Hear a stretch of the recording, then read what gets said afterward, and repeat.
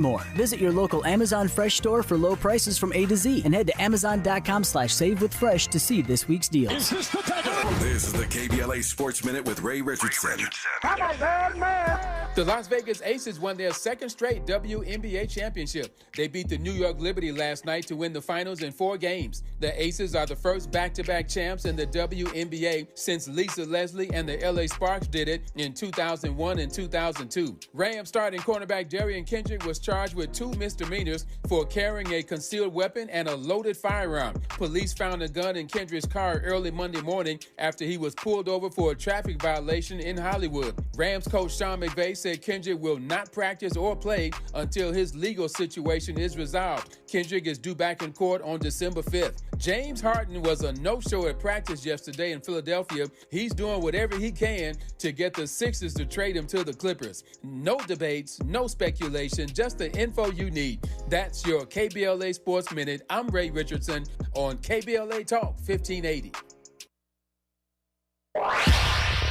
Follow the leader. KBLA Talk 1580. Follow the leader. If you're not following KBLA Talk 1580 on all of our socials, then you're missing out. Download our app and find us on Facebook, Twitter, Instagram, YouTube, and on the web at KBLA 1580. That's right. Again, you can find all of our socials at KBLA 1580. We've got a lot to talk about. By the way, if you miss any of our weekday shows in real time, you can always catch up by checking out the podcast of your favorite shows at your leisure. At KBLA Talk 1580, we've got your black. Follow the leader. Oh my God. Follow the leader. Follow the leader. Follow the leader. Follow the leader. Follow the leader. 1, 2, 3, go!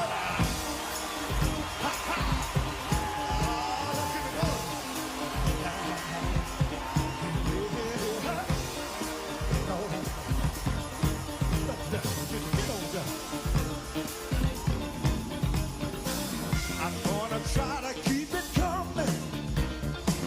Things ain't always smooth,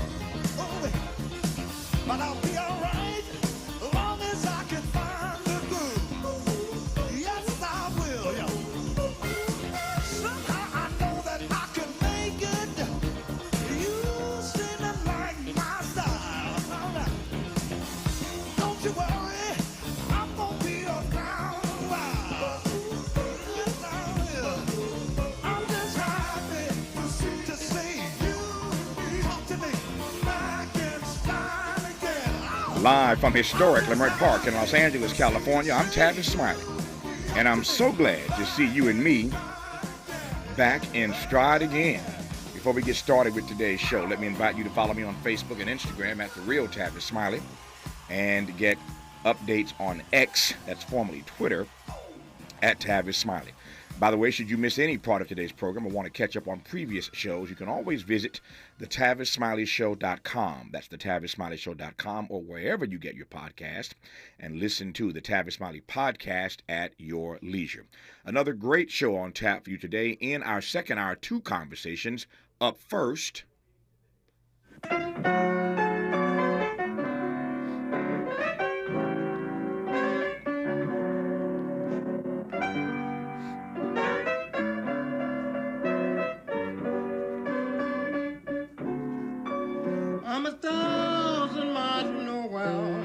So Robert Mack McCormick loved the blues. He spent his entire life collecting tapes, vinyl, and writings of the genre.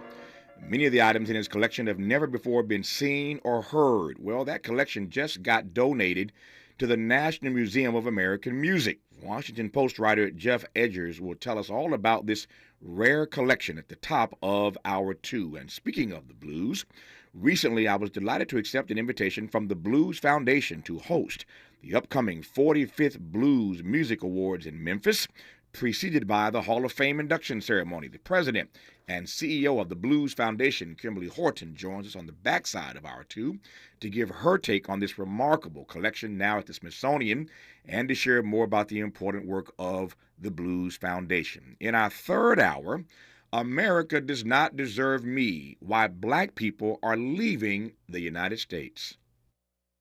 I ended up in Paris, on the streets of Paris, with $40 in my pocket on the theory that nothing worse could happen to me there than it already happened to me here. You talk about making it as a writer by yourself. You had to be able then to turn off all the antenna with which you live, because once you turn your back on this society, you may die.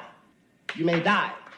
And it's very hard to sit at a typewriter and concentrate on that if you're afraid of the world around you. The years I lived in Paris did one thing for me. They released me from that particular social terror, which was not the paranoia of my own mind, but a real social danger visible in the face of every cop, every boss, everybody. I don't know what most white people in this country feel, but I can only include what they feel from the state of their institutions. You want me to make an act of faith, risking myself, my wife, my woman, my sister, my children, on some idealism which you assure me exists in America, which I have never seen. That was the iconic and legendary writer James Baldwin talking about what prompted him in 1948 to leave the United States and move to Paris. 75 years later, it appears that a new wave of black Americans is giving up on America too. In Hour 3, we'll be joined by Tierra Darnell, who lives now in Mexico City, Krishan Wright, who resides in Lisbon, and Juanita Ingraham, who currently makes her home in Singapore, having lived previously in London and Taiwan. We will hear in Hour 3 why these African Americans have chosen to make a life outside of the U.S. In this first hour today, two more conversations on the B side of this hour. We talked, just last week on this program about the new Ebony Alert here in California, the first alert of its kind in the nation to help locate missing black youth and women. Well, the data now reveal that for some reason, African-American women and girls are missing and murdered, and at a disproportionately higher rate than their white counterparts, and of all places, Wisconsin. What's going on in Wisconsin? We'll explore why with Wisconsin State Representative Sheila Stubbs on the backside of Hour 3. All that said, we commenced today's show talking politics with Washington Post syndicate columnist and host of the Rubin in the Center podcast, Rubin Navarrete Jr. Rubin, good to have you back. How are you today, sir? And don't forget the best part of that biography, friend of the show and longtime friend and co-host. There you go. Mr. Tavis Smiley. Great to be with you, my brother. Indeed. Never deny that. Let me jump right in. There's a lot of breaking news, as there has been this week, but there's so much breaking news today. Let me start with this. Jim Jordan tried mightily over the last couple of days on two different votes to become the next Speaker of the House. We were told yesterday there'd be a third vote today, and he's been trying to herd these cats, as it were, otherwise known as Republicans, to get to the number that he needs, 217, to become the Speaker of the House. His numbers in the second vote, as you know, were less than his numbers in the first vote, so his numbers are going obviously in the wrong direction. So somebody hatched a plan to empower the temporary Speaker, Patrick J. McHenry of North Carolina, to hold on to that until they can figure something else out. So we're told literally moments ago that Jim Jordan has now endorsed that plan, and the vote that was scheduled for today, the third vote on his nomination, will not in fact be held. They're going to, he and his allies, I should say, will continue trying to round up votes to get him over the finish line. But in the interim, this guy, Patrick T. McHenry of North Carolina, will remain the interim Speaker until, again, Republicans can figure something out. As I said the other day, quoting my grandmother, this is a hot mess. It's just a hot mess. And I'm curious as to your take now on what we just learned moments ago. Yes, sir. You know, with his bow tie and his glasses, I love Patrick McHenry. And I love him because he's not Jim Jordan. I didn't know how good I had it for those 5 minutes that he held the gavel until I got a look at what was behind door number 2. And so I think this is exactly the right move for the Republicans. You need to look at this in both a macro and a micro level. The micro level, it's true, this was a smart move by Jordan to pull out of the running because every single vote he was going to take going forward, he was going to get fewer votes. It was going to be humiliating because he was going to get less and less support as time went on. Mm-hmm. And the reason for that is, you know, because you've seen the same stories that I saw, is that there is a backfiring effect to the threats, the blackmail, the harassment, the bullying that the pro-Jordan forces were employing to try to get support from Republicans. And Democrats are not part of this at all. Republicans were saying publicly, look, I've gotten death threats. My family members have gotten death threats. This is not working for me. In fact, I was on the fence before. Now I'm going to vote against Jordan. I won't be pushed around. So that was clearly a bad strategy, and it backfired on the bullies. Good for them. I'm glad it turned out that way. But in a macro, I'm with you. What a clown show. Yeah. What an absolute Republican clown show. And at the worst time where the president is going to come forward tonight, the president who's really risen to the occasion of the Israel crisis, the Israel-Hamas crisis, and is going to come forward and ask for as much as $100 billion in funding for Ukraine and for Israel. And we don't have a House of Representatives because the Republican Party has shown that it can't govern themselves, let alone govern the country. Yep. When we come forward, I want to challenge you on that risen to the occasion. There are a lot of folk in this country who don't see it the way you see it, that he's risen to the occasion. Many believe, and we've had guests on this program who see it quite differently. So we'll talk about whether or not he has, in fact, risen to the occasion. Or whether or not he has disappointed a great deal of fellow citizens. We'll talk about that. The president is giving a major speech tonight. That's the other big news I was referencing. So we got speaker news, we got presidential news, say nothing of Israel, Hamas. We're just getting started. You're listening to Tavis Smiley. More of Tavis Smiley when we come forward.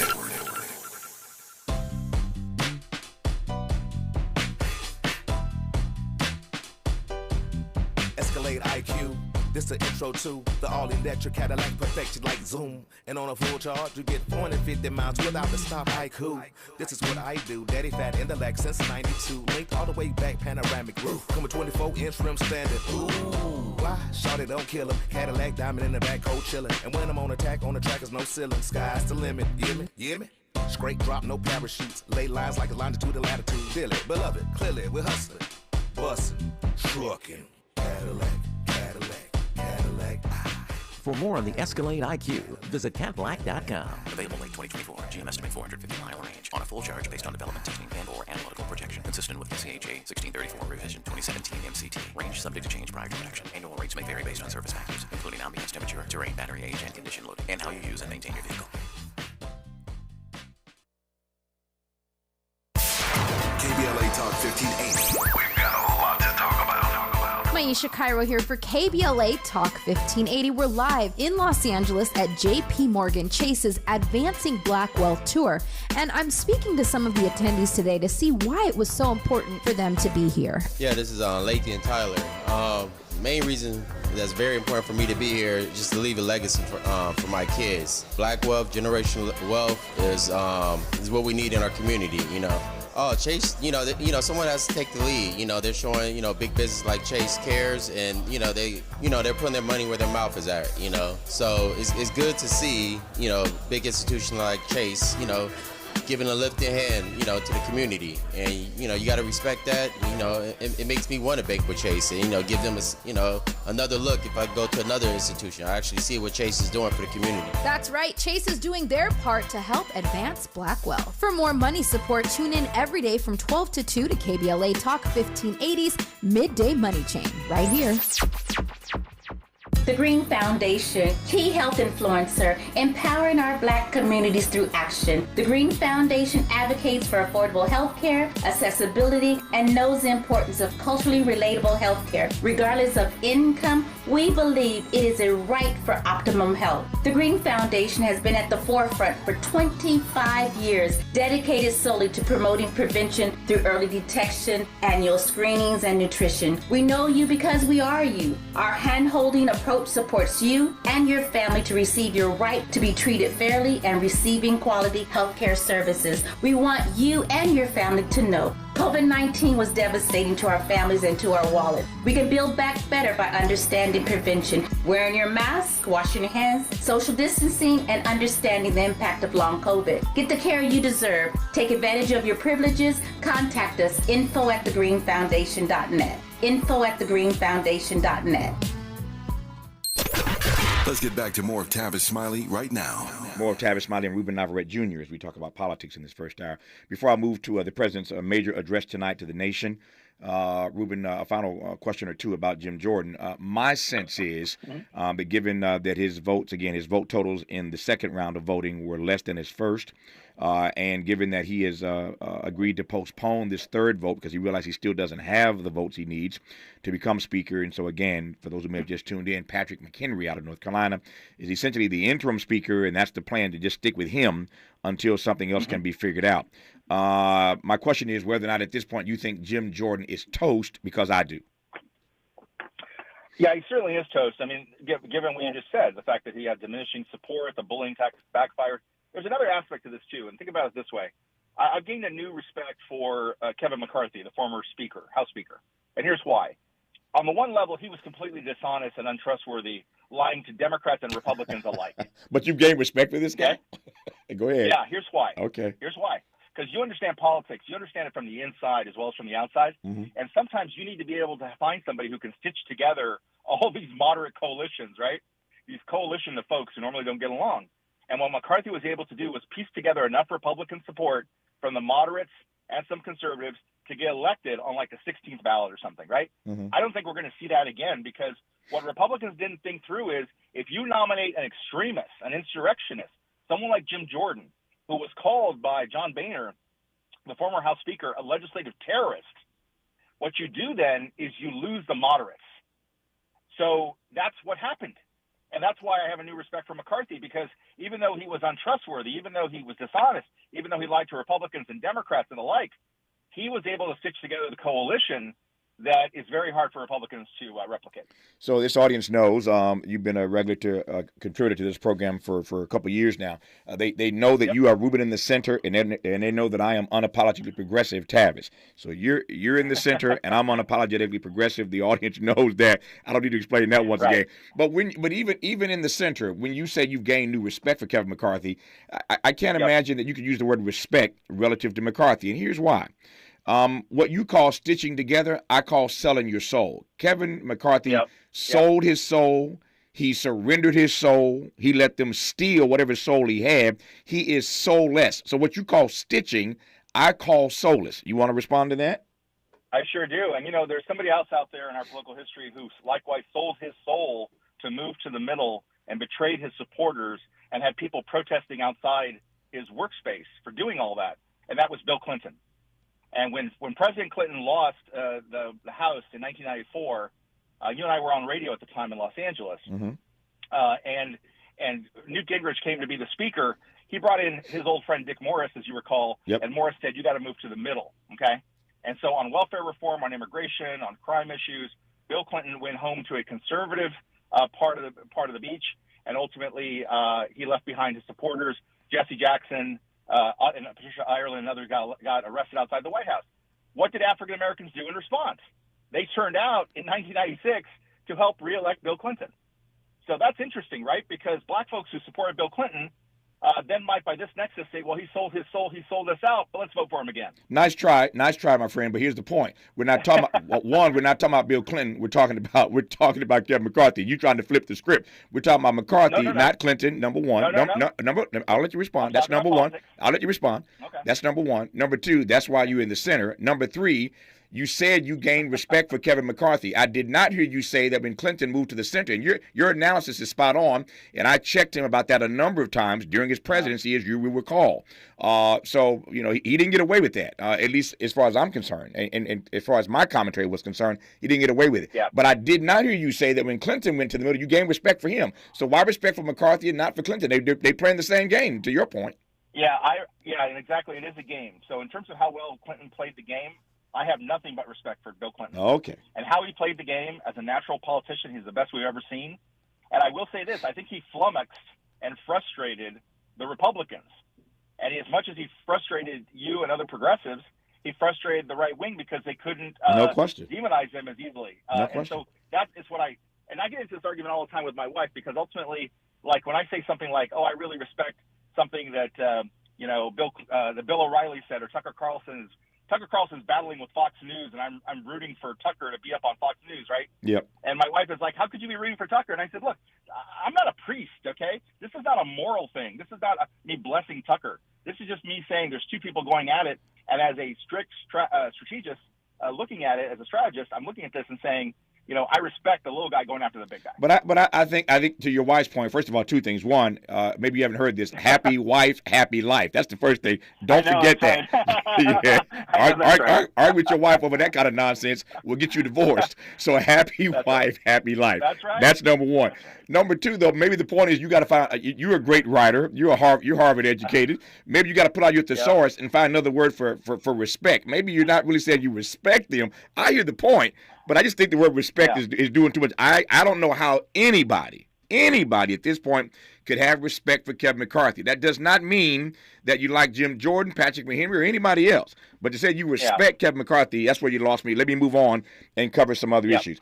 We talked about, you teed up the idea of the notion rather, that the president is giving a major address tonight. He is. And I don't know what I don't know all the details of what we're going to hear. Clearly, to your point, he's going to ask for a lot more money for Ukraine and for Israel. But when you said earlier that you think the president has risen to the occasion, there's a huge headline today in the New York Times, for example. Biden's response to Israeli war meets centrist praise. That would be Rubin, centrist praise, but liberal anger. That would be Tavis Smiley, a bunch of other folk who do not think on this issue he's risen to the occasion. And there's a story that broke on HuffPost that a major official in the State Department, Josh Paul, has resigned his position. Let me just read a tad bit of what he said about why he is resigning. And I quote from Josh Paul, high-ranking State Department official. I believe that in our current course with regards to the continued, indeed expanded and expedited provision of lethal arms to Israel, I have reached the end. He called the administration's response, quote, an impulsive reaction built on confirmation bias, political convenience, intellectual bankruptcy, and bureaucratic inertia, close quote. He worked for the Bureau for more than 11 years and in the department's Bureau of Political Military Affairs, which oversees weapons trades with other countries. The State Department, of course, no response as yet. But Biden is giving this speech tonight against the backdrop of a major State Department official stepping aside, and a lot of folk who don't think, Ruben, he has risen to the occasion. Your response? Yeah, so I think a couple of things. I think that African Americans and Mexican Americans are almost unique in their understanding of terrorism because they've been dealing with it for hundreds of years at the hands of groups like the Ku Klux Klan and the Know-Nothings and nativists who attacked us and killed us and lynched us and all those things. Mm-hmm. And that is all true. And so, if anything, when we see something like what happened on October 7th in Israel, the murder, the massacre, the mass rapes, the kidnapping, our hearts should go out immediately to the Israelis, and we should want what Americans wanted on September 12th, the day after the September 11th attacks, which is a reckoning and justice and some prevention that this will not happen again. Because make no mistake, if they were to listen to the very ill-informed column written this week by Tom Friedman at the New York Times and simply stand down in some sort of symbolic gesture, this attack that occurred will happen again and again and again.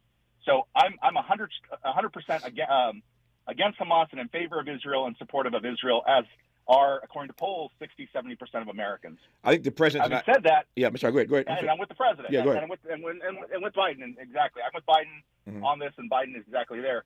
But where I think he rose specifically to the occasion, Tavis, is first his comments were clear and resolute and unflinching. He really does step up to it when he needs to, and I think that was important. The fact that he put 2 battleship strike groups in the Mediterranean Sea next to Israel to basically ward off Hamas, Hezbollah, and Iran, and tell them don't act up on this at this moment.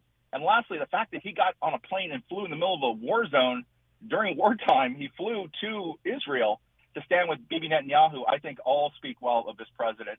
And man, does it speak poorly, again, of those aforementioned Republicans who now don't know what to do because they are afraid to praise Biden for doing what they want him to do, and they just look feckless. As you know, we hear all kinds of voices around here. Again, conservative voices, center voices, progressive and left voices like yours truly. I'm not afraid to take anybody on to hear what they have to say. Here's what I think the president is going to have difficulty doing tonight. He's going to get spanked pretty badly for it tomorrow, I think. Let me just start spanking him right now. He's going to have a difficult time, Ruben, trying to thread this needle.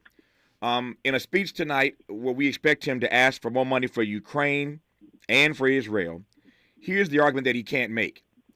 You want to protect the Ukrainians against occupiers known as Russians, but you don't want to protect the Palestinians against occupiers known as Israel. That's a hard needle to thread, Ruben. Yeah, because it was the Palestinians who invaded Israel. It was Hamas who invaded Israel. Thousands of Palestinians, not just those in Hamas, but also rank and file Palestinians, they crossed into Israel, knocked down with a bulldozer the fence, and stepped onto Israeli soil and start killing and injuring Israelis. It was Hamas who invaded Israel. Now Israel has to do what we did after 9/11, which is to take some sort of action that encourages this to not happen again.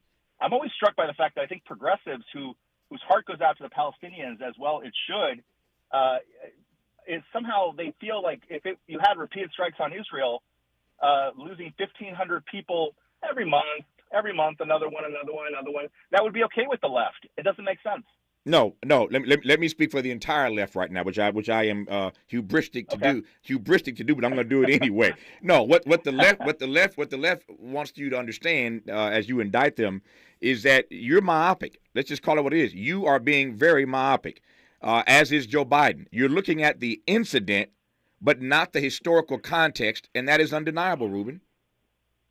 Yes, and the historical context, as you know, if you go all the way back, you have cases of Israeli, I will use the word disenfranchisement, the discrimination against the Palestinians in the occupied territories, the mistreatment of Palestinians, all that is true. If you go back, though, further in history, you see that Israel being attacked by its Arab neighbors, if you go back to 1948, the Israeli war, you go back to 52, the Suez Crisis, you go back to 67, the Six-Day War, you go back to 73, Yom Kippur. In all those other cases, depending on how far you want to go back, those were cases of Israel being attacked and surrounded, outnumbered 10, 20, 30, 50 to 1 by Arab states, more than that. And so that is ultimately how you want to tell the story. If you want to just jump in and tell the story from the last 20 years, okay. But if you want to go all the way back 80 years ago to the start of Israel has been fighting for its life and its survival since day one. I don't care if you go back 2,000 years. My point is that in real time, only one of those states is being occupied. That is incontrovertible. It is undeniable. It is not debatable. Only one entity, only one country, only one republic is being occupied at this moment. I said on this program yesterday, and I stand by this, I think there are too many Palestinians that don't believe that the life of an Israeli baby has the same value as the life of a Palestinian baby. And there are too many Israelis who don't believe that the life of a Palestinian baby has the same value that of an Israeli baby. And so what I believe is that we need a ceasefire. And sadly, you saw that leaked memo in your paper, the Washington Post. You were part of their syndicate. You saw that leaked memo from the State Department that they've told people, do not use the phrase ceasefire. Do not say we want the bloodletting to stop. That's a damning indictment of this administration, of this State Department, that they don't want to be in a frame of even talking about ceasefire. But at the end of the day, only one entity in this conversation, only one country in this conversation is occupied at the moment. So I don't care if you go back 100 years, 80 years, 2,000 years. Let's talk about who's being occupied at this moment. And all I'm saying is this, that you cannot have a conversation that looks at a particular moment in time and doesn't look at the entirety of the context. So you and I agree on that point. Let's look at the entire context. But right now, only one of these nations is being occupied. And I just think, again, wherever you come down on this issue, I'm waiting for somebody to answer that question for me. With all due respect, Ruben's answer falls flat for me. You cannot tell me how in one speech you're going to ask for more money for one country to protect them from being occupied by the Russians, Ukraine, but you have no interest in protecting another country that is presently occupied. It's a red herring. It's a false argument. It's a false narrative. I don't see how he's going to thread that needle. We will see what the president has to say tonight. For now, though, I thank our friend and brother Ruben Navarrete Jr. for his insights, and Ruben will do it again somewhere down the road. My friend, all the best to you. You too. Thanks, brother. Thank you, brother. More Tavis Smiley when we come forward. You're listening to Tavis Smiley. Tavis Smiley. Ranked number 45 on the Heavy 100 list of the 100 most important radio talk show hosts in America. If you're like me, 60 and retired, making ends meet, especially here at the supermarket and drugstore, is tough. I'm so blessed to have found benefitscheckup.org. It's a free and confidential website from the National Council on Aging that connected me to $1,200 a year in programs that help pay for food, medicine, utilities, and more. Maybe it can help you. benefitscheckup.org. My daughter was diagnosed with a rare malignant rhabdoid tumor on the spine. They sent her straight to St. Jude. My hope was gone. But when you get there, everyone's like, hey, we're not going to give up. And when you see other people not giving up on your child, that makes all the difference in the world. When I found out I didn't have to pay, I was just grateful. They saved my baby's life. Finding cures, saving children. Learn more at stjude.org. Welcome to a Thursday, everyone. I'm Mike Moore. Here's the latest from the Black Information Network. A former attorney for Donald Trump is pleading guilty for her role in trying to overturn the 2020 presidential election results in Georgia. Sidney Powell accepted a plea deal today, a day before her trial was scheduled to begin. Prosecutors are recommending 6 months probation for Powell, who will be required to testify at other trials and write a letter of apology to Georgia citizens. Commentators shared their opinions in an Iowa City Council meeting. The meeting took place Tuesday night when a man named Matthew North made controversial comments about the Jewish and black community. Another man, Phil Barber, piggybacked on North's comments with his own choice words towards the two ethnic groups. City Council members cannot respond during public comments. And that's the latest. I'm Mike Moore from your 24/7 news source, the Black Information Network and BINnews.com. At your Amazon Fresh store, you can rely on roasted chicken for $4.97, 2-pound bunches of bananas for 99 cents, French bread for 89 cents, and more. Visit your local Amazon Fresh store for low prices from A to Z and head to Amazon.com/savewithfresh to see this week's deals. Hey, if you're thinking of getting the latest iPhone, you need to stop and check out the wireless offer from Boost Infinite. For more, just pick up your phone and dial pound 250 and say Boost Infinite. That's pound 250 and Boost Infinite. You'll have the option to receive a one-time auto-dialed text message from this station's network. This is the KBLA Sports Minute with Ray Richardson. I'm a bad man.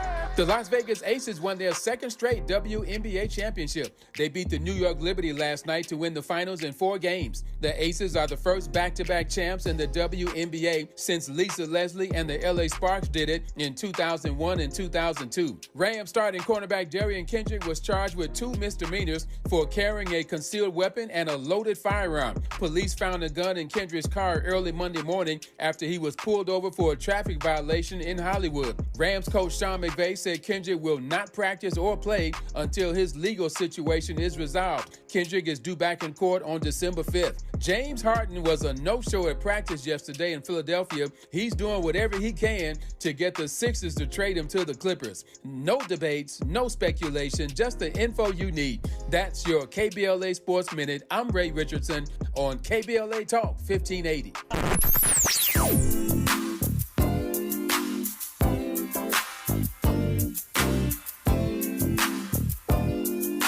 This is KBLA Talk 1580. Talk radio. That's music to your ears. We're unapologetically progressive. KBLA Talk 1580. No young person should ever have to worry about having a safe place to sleep at night, or whether anyone cares about them. But the reality is, 1 in 10 young adults will experience a form of homelessness this year. For over 50 years, Covenant House has been helping youth in crisis and giving them the support and tools they need to succeed in life. To learn more, go to covenanthouse.org today. Thank you for caring. Hello? Man, where are you? I thought you were coming. I can't. I'm in bed with the flu. The flu? Whoa. Grandma's about to crowd surf. Man, I'll call you back. Don't get stuck at home with the flu. A flu shot is safe, effective, and you can get it at the same time as your COVID-19 vaccine. A flu shot is the best way to prevent the flu and its potentially serious complications. Don't get flu FOMO. Learn more at getmyflushot.org. Brought to you by the AMA, CDC, and the Ad Council. Only 1 in 5 people with autism are employed, despite many having the skill set and desire to work. Maybe it's because employers don't know what kind of jobs they can do. Like, what about a programmer? That's a job for someone with autism. How about a healthcare worker? Yep, that is too. People with autism can do a lot of different jobs, but often get overlooked due to outdated stigmas. Introducing WIN by Autism Speaks. We help businesses lead the way in inclusive hiring. What about a ranch hand? To learn more, go to autismspeaks.org/win. What's up? I'm Danelle Riley, FAMU alumni and creator of the HBCU Culture Shop. I am so proud of my new partnership with Black Beyond Measure and Target. They help me elevate community pride with my HBCU designs and continue to support Black creators and entrepreneurs with Target HBCU challenges, scholarship programs, and campus collaborations. Let's come together this homecoming season and beyond. Shop my brand and discover other Black-owned products at target.com/BlackBeyondMeasure. For all of us, this generation and the next, there is simply no place in our lives for litter. And yet, it's everywhere we look. And unfortunately, it does belong to all of us.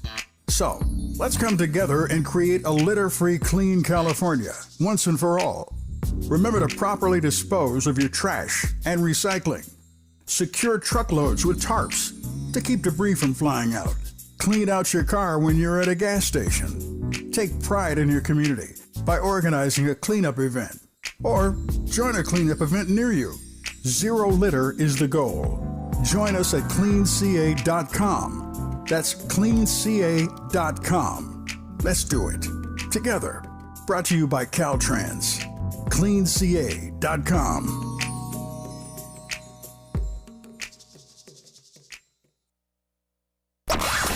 He's rooting for everybody black. Everybody black. More of Tavis Smiley coming your way right now. We talked on this program just last week about the new Ebony Alert here in California, the first of its kind in the nation to help locate missing black youth and women.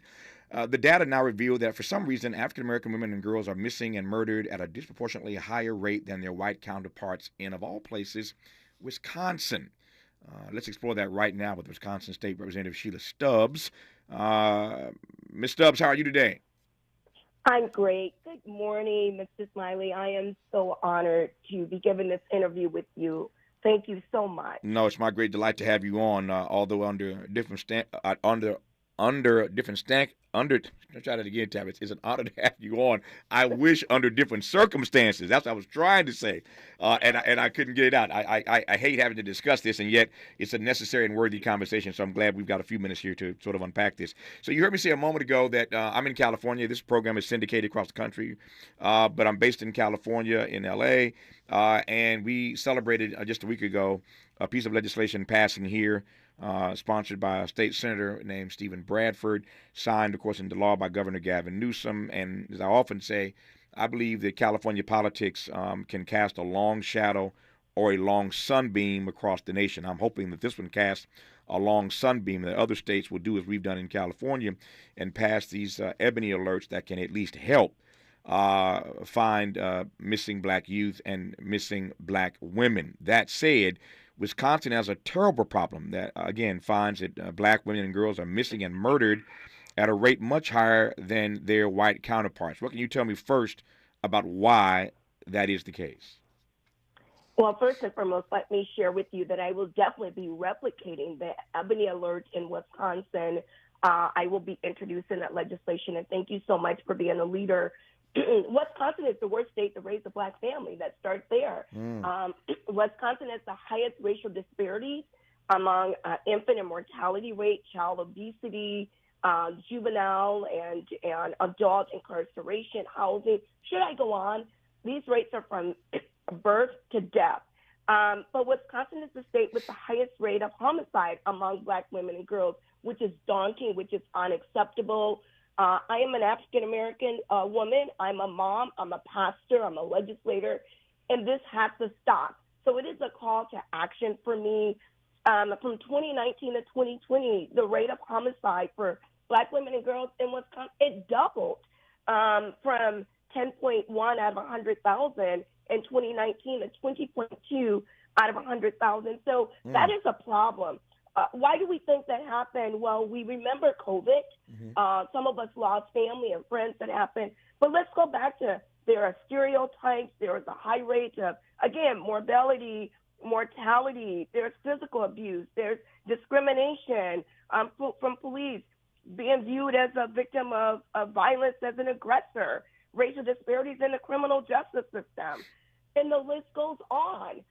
Why is this accepted? Why hasn't anyone called the alarm in Wisconsin? Representative Stubbs has introduced this legislation last session, and I wasn't able to get this piece of legislation across the finish line. Well, I didn't stop. I did it again. But I'm really hopeful this time because it is bipartisan. Mm-hmm. In order to get legislation into law, it needs to be bipartisan.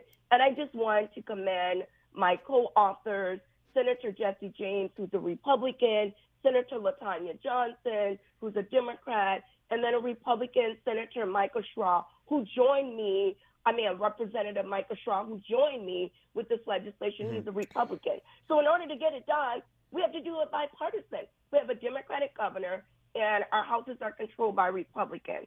And so I am hopeful that this bill will be given the due diligence of a public hearing and an executive. I'm very, very hopeful for that. In fact, our co-sponsorship ended on yesterday for the 33 senators and 99 representatives to sign on. It's very bipartisan with 40 co-sponsors. Let me ask you this right quick. Just watching my time. What is law enforcement writ large? What are they saying or not saying about these numbers? I mean, to your point, that it doubled over a short period of time, essentially from 10 points, basically 10 percentage points to 20 percentage points. That's a real problem, as you've already noted. What's law enforcement saying about this uptick, this increase in black women and girls missing and being murdered in Wisconsin? Well, you said it. What are they saying? So in order to get the information, because I want to know, I am asking to create a task force to have 3 representatives from law enforcement, Badger State Sheriff, Wisconsin Chief of Police, the Attorney General's office. I think we need the legal experts, because I truly believe it began with the moment the person is listed as reporting. Are they looked at differently because it's in a high crime rate? Is it that they're being classified as a runaway for our youth? What is the stereotype that's being used? I don't know what that system looks like, but I can give you an outcome. It's not good. So I want to get those key players to the table with this 19-member delegation to ask those hard questions. Who's collecting? I deserve to know. Indeed, you do. We all do. Who's collecting this data? If law enforcement is not stepping up in the way they should, where is this data coming from that you're citing in this conversation?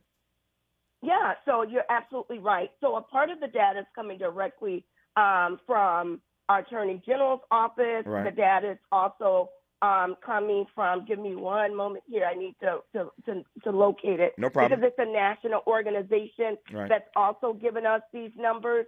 You might have to excuse me. No problem. So sorry, not a problem. Not a problem. I know you're a legislator. You got a lot of stuff on your desk. I understand it. I'm just trying to get a sense of how involved law enforcement is in helping to collect this data. I get the sense that you're obviously disturbed that they're not doing enough about this. I'm just trying to get a sense of, if they understand the data exists, why are they not taking it seriously? That's my real point. Yes. Well, I think, number one, I think our Justice Department has to step up. I think, number one, that it has to be, every state has an Attorney General's office. That's critical, because that's where this work is going to be housed. Right. I think it starts there. But I think each of the local entities, from our Sheriff's Department to our police departments, they're collecting data. The real issue is we don't get a lot of the data that we need to know. So the data that we're getting, it's been lacking in the media. It's been lacking from lawmakers. It's an area of understanding our policies and our institutions and understanding our victims taken seriously. But our numbers that I have been talking about have been coming from the National Crime Information Center, NCIC, missing and unidentified person status.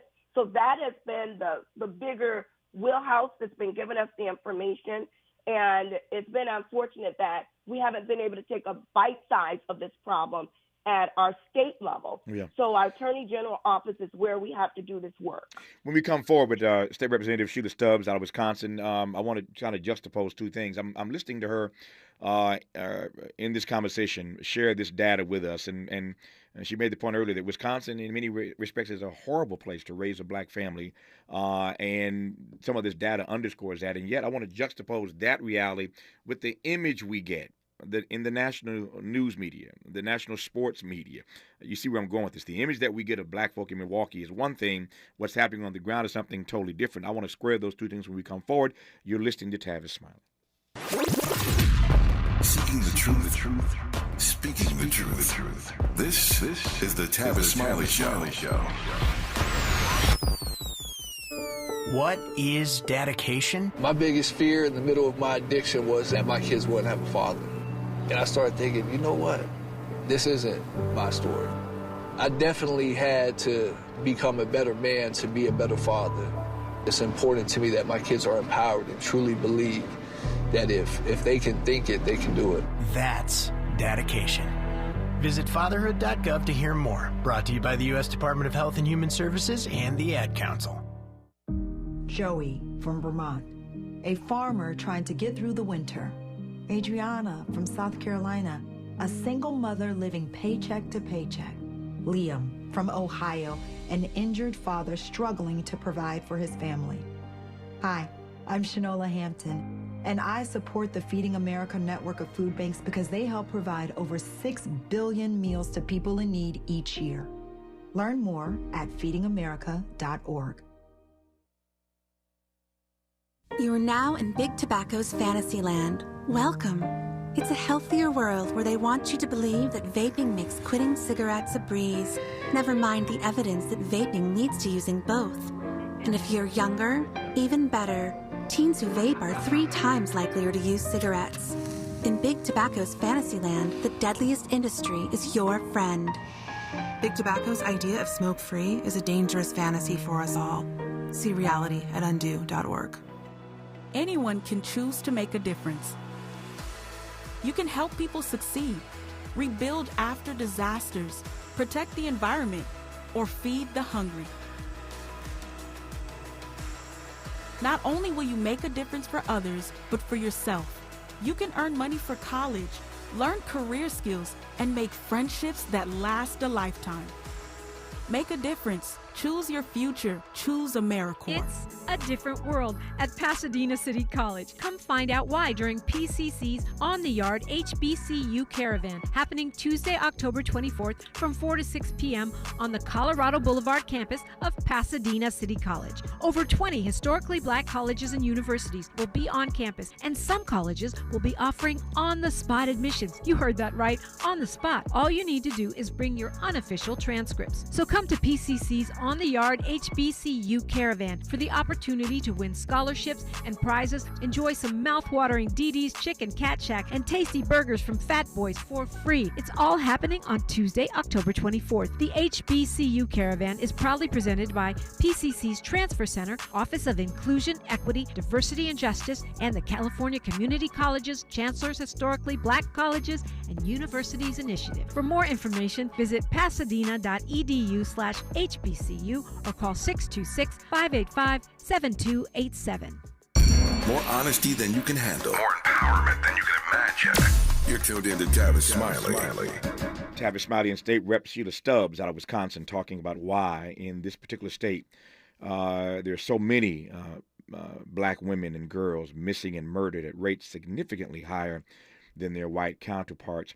Representative Stubbs, I was thinking moments ago about the image that we get of Wisconsin vis-a-vis black folk nationally. The first thing that comes to mind are the Milwaukee Bucks and the Greek Freak, Giannis Antetokounmpo, and all those brothers who play so well and represent so well for the city of Milwaukee on this NBA franchise that has won a national championship and had an MVP a couple times.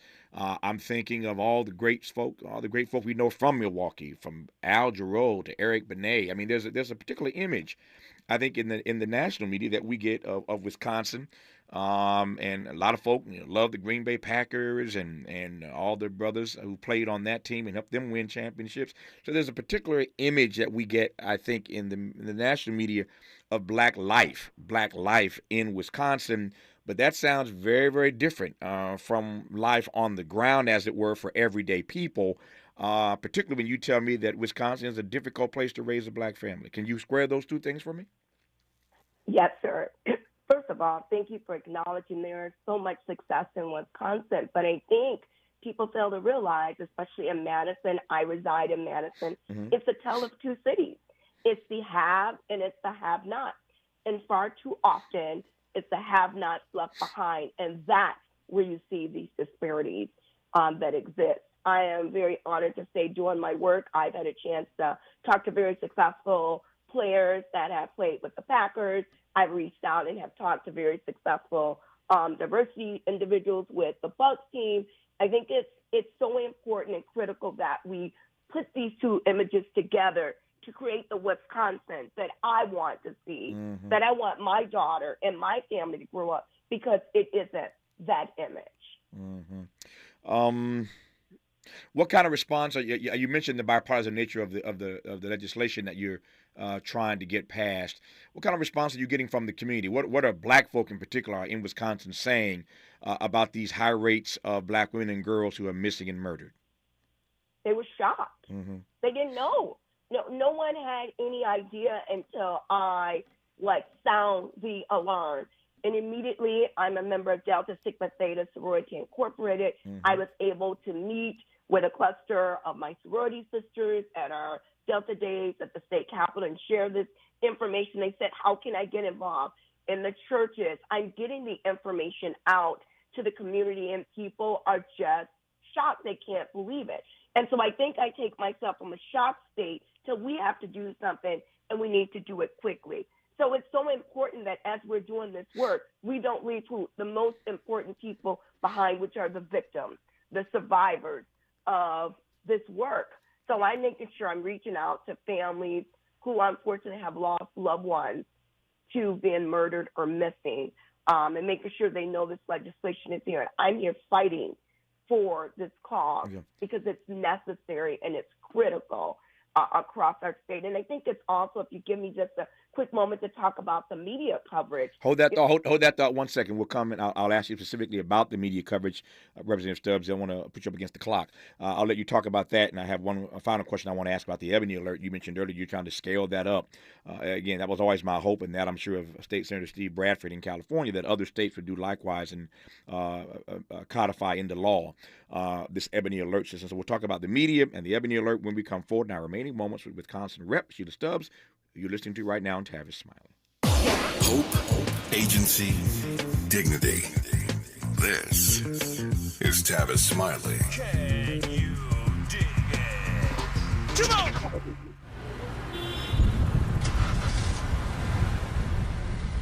What's up, party people? It's your favorite MC's favorite rapper, MC Light here. And we're celebrating 50 years of hip-hop, authentically powered by Cadillac. And we're going to take it way back to where it started. It was only fitting that hip-hop began with teenagers at a back-to-school jam in the rec room of a South Bronx apartment complex by an 18-year-old brother.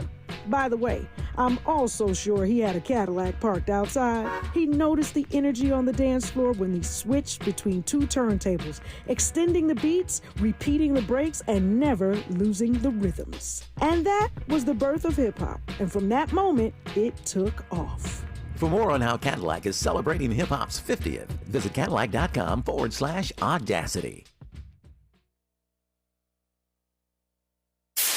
KBLA Talk 1580. We've got a lot to talk about. KBLA reminds you that when we fight, we win, and we don't black down.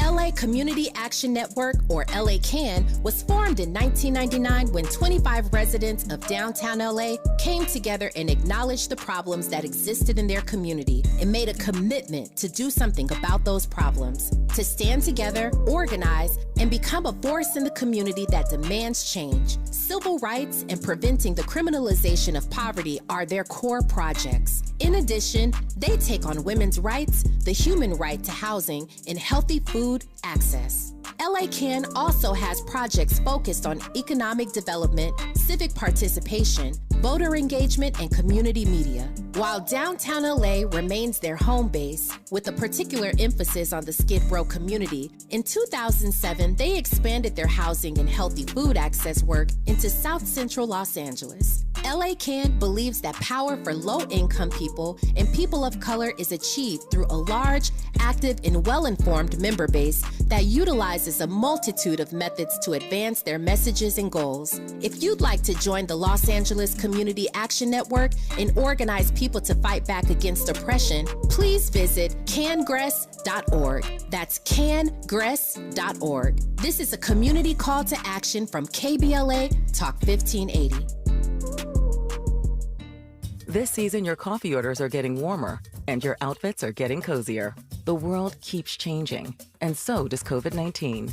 That's why this season's COVID-19 shots have been updated. They're one of the best ways to help protect yourself against COVID-19. You can get a COVID-19 shot at the same visit as a flu shot if you're due for both, as recommended by the CDC. Talk to your healthcare provider to learn more and schedule at vaccines.gov. And don't forget to get extra cinnamon spice. Sponsored by Pfizer and BioNTech.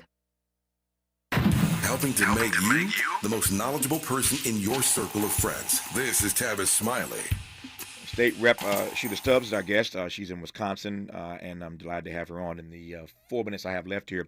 I asked you earlier how the black folk were responding to this. I asked you earlier how the law enforcement was responding to this. I asked you earlier how your political colleagues are responding to the legislation you want to pass to do something about this high rate of missing black women and girls. And now you're going to tell me how the media is responding to this data, to this story. Yeah, absolutely. I am gathering support locally. Thank you for your national interview. I've had the LA Guardian report on it. I've had U.S. News report on it. We have Washington Post. So there has been this national perspective. But I think the other piece is to talk about, why I think there's a disparity within the media coverage. And I think a lot of it has to do with how the media has defined these young girls when they're missing, like I said, being considered a runaway and not doing an Amber Alert when they're a runaway, and then sometimes being categorized as a criminal, a missing minority adult is labeled as someone who's been an affiliate of a criminal involvement, maybe gang, maybe drugs, and where they live. And then they're just desensitized and believing that minorities just live in an impoverished condition. And I think that's led to why media has done poor coverage. I think it's led to why I think law enforcement has done a terrible job at reporting. And I want to get to the bottom line. We need to hold people accountable in systems. And so in order to make the improvement in systems, I need every stakeholder at the table on this task force so you can tell me what your system looks like. Yeah. Let me close with this. I close, in fact, where we began, talking about the Ebony Alert. Again, for those who've just tuned in or may not have heard this conversation last week on this program, here in California, where I sit right now, we are the first state in the nation to pass what's called an Ebony Alert. It works pretty similar to the Amber Alerts that you are all aware of. But the Ebony Alert needed to be brought online because there are too many black women and black youth who go missing, and the people are never made aware. Nobody's ever put on the lookout for them, as they are mostly for white women and girls when the Amber Alert is sounded. So now in California, there's something called the Ebony Alert, and I was hopeful, as is Steve Bradford, the state senator in California, who advanced this legislation signed into law last week by Governor Gavin Newsom. They were hopeful, we are all hopeful, that other states might do the same to protect black women and girls all across the nation. So Representative Stubbs, you said earlier that you are hoping to advance that kind of legislation in Wisconsin. Tell me about that in the last 60 seconds that I have here. Yeah, I saw that. I was really, really honored to see that, and unfortunately we're at that point. I will be asking our Attorney General to do that. I know that I've read there's a lot of different alerts. There's the green alert, the orange alert, red alert. Well, guess what? We need this Amber Alert because we have the highest disparity. And so I'm going to do everything I can do to get this Amber Alert into the state of Wisconsin. I don't have the authority, but I certainly can get the people who can have pushed this across the angle to the AG's office. So I will be doing that. You can hold me accountable for that because it's necessary, especially because Wisconsin is leading at these numbers. Yeah, it's a sad reality, and I hope that this Ebony Alert will get on the books in Wisconsin and every other place. But there's, again, something really tragic in the state of Wisconsin when you see these numbers of black women and girls missing at rates that are significantly higher than their white counterparts. We'll leave it there for now. Representative Stubbs, thanks for your time. All the best on getting the legislation passed in your state, and let's get these numbers down. But I thank you for your time. All the best to you. Thank you so much. God bless. Have a good day. Good to have you on. Same to you. More of Tavis Smiley when we come forward. KBLA 1580 Santa Monica. Welcome to a Thursday, everyone. I'm Mike Moore. Here's the latest from the Black Information Network. A former attorney